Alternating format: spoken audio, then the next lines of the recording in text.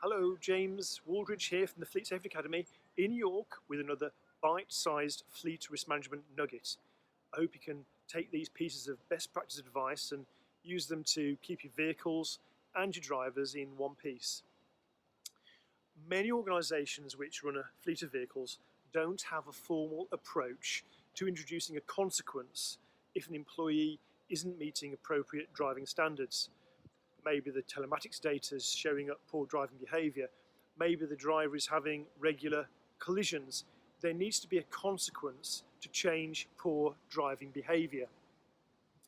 Taking a damaged vehicle off a driver, repairing it, and giving the keys and the repaired vehicle back to the driver without an intervention to improve the driving standard of that individual will do nothing to change your driving culture.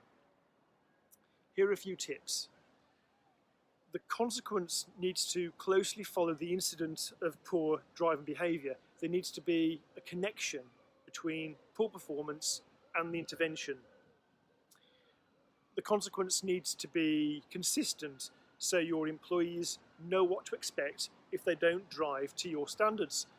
This is where the formal procedure comes in.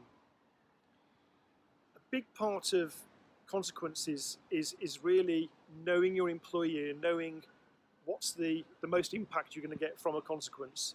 This is why regular communication with your drivers is crucial.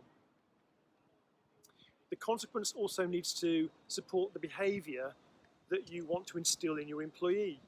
The intervention therefore needs to be positive, it needs to be instructive, so the employee learns from the exercise, and maybe you can introduce a toolbox talk on a relevant driving subject.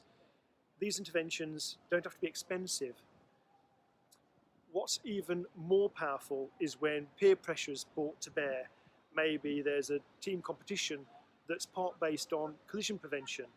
You need to have a robust approach to spotting vehicle damage if you do have this sort of initiative. But if you can do that, it's a really powerful consequence.